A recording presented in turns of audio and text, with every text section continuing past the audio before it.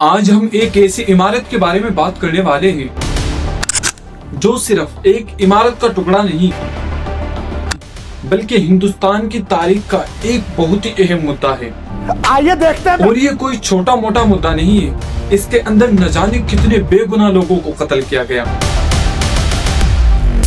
آپ تو سمجھ ہی گئے ہوگے کہ یہاں پر بات بابری مسجد کی ہو رہی ہے۔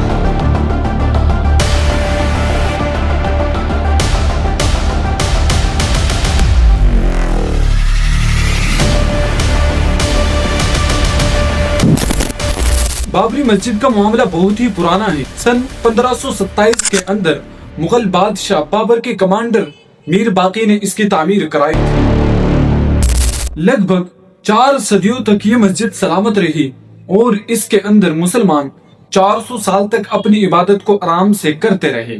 لیکن سن 1900 کے اندر ہندوؤں نے یہ کہنا شروع کر دیا کہ ان کے بھگوان رام کی جنم کی جگہ ہے اور یہاں پر مندر کو توڑ کر مسجد بنائی گئی۔ معاملہ 1885 کے اندر عدالت میں پہنچا اور یہ وہ دن تھا جس میں بابری مسجد کے خلاف پہلی بار کوئی کیس کیا گیا تھا۔ مہنت رگھوبیر داس یہ رپورٹ بنا کر پیش کی۔ مسجد کے برابر والے چبوترے پر مندر بنانے کی پرمیشن مانگی تھی، لیکن ضلع فیض آباد کے مجسٹریٹ نے اس کو خارج کر دیا تھا۔ اس کے بعد وہ اس کیس کو لے کر ہائی کورٹ میں گئے۔ اس کیس کے اندر ہندو لوگ بابری مسجد کے مندر ہونے پر دعویٰ کر رہے تھے، لیکن مسلمان اس کو مسجد بتا رہے تھے۔ اور جب یہ کیس کورٹ کے اندر پہنچا تو ضلع مجسٹریٹ نے ان کو مسجد والے چبوترے پر پرمیشن دینے سے انکار کر دیا، کیونکہ ہندوؤں کے پاس کوئی مالکانہ حق نہیں تھا۔ 6 دسمبر یہی وہ دن تھا جو مسلمانوں کے لیے ایک بہت ہی برا دن ہے، اور یہی وہ دن ہے جس کو بلیک ڈے کے طور پر یاد کیا جاتا ہے۔ کچھ پارٹی کے لوگ اور ان کے کارکرتاؤں نے مل کر ایک بھیڑ کے ساتھ تمام قانون کو توڑتے ہوئے بابری مسجد کو گرا دیا۔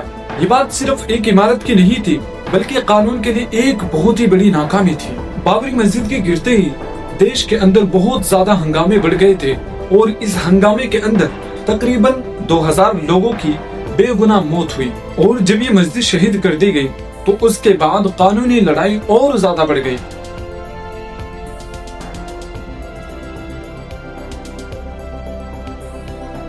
اس کے بعد 2010 کے اندر الہ آباد کورٹ نے ایک عجیب فیصلہ سنایا، جس میں انہوں نے یہ کہا کہ زمین کو 3 حصوں میں تقسیم کر دی جائے۔ لیکن چلتے چلتے 2011 میں سپریم کورٹ نے اس کیس کو اپنے ہاتھ میں لے لیا۔ اس معاملے پر کئی سالوں تک سنوائی اور بحث چلتی رہی۔ آخر کار 9 نومبر 2019 میں سپریم کورٹ کے 5 بڑے ججوں نے مل کر یہ فیصلہ سنایا اور اپنے فیصلے میں یہ بات صاف کی۔ انہوں نے یہ فیصلہ سنایا کہ 1949 کے اندر جو ہندوؤں نے سازش کرتے ہوئے مسجد کے اندر مورتیاں رکھ دی تھی، یہ بھلے ہی قانون کے خلاف ہے، اور انہوں نے جو 1992 کے اندر مسجد کو گرایا ہے، یہ بالکل قانون کی خلاف ورزی ہے۔ لیکن عدالتی ثبوت اور سروے آف انڈیا کی رپورٹ کی بنیاد پر 2.77 ایکڑ کی زمین ہندوؤں کو رام مندر کے لیے سونپتی ہے۔ ساتھ ہی عدالت نے یہ بھی حکم دیا کہ ایودھیا کے اندر ہی کوئی دوسری جگہ پر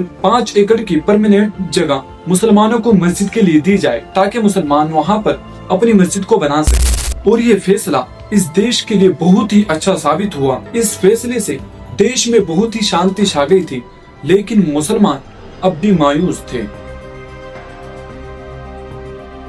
کیونکہ یہاں پر بات ایک عمارت کی نہیں تھی، بلکہ یہ اللہ کا گھر تھا اور اللہ کی مسجد تھی۔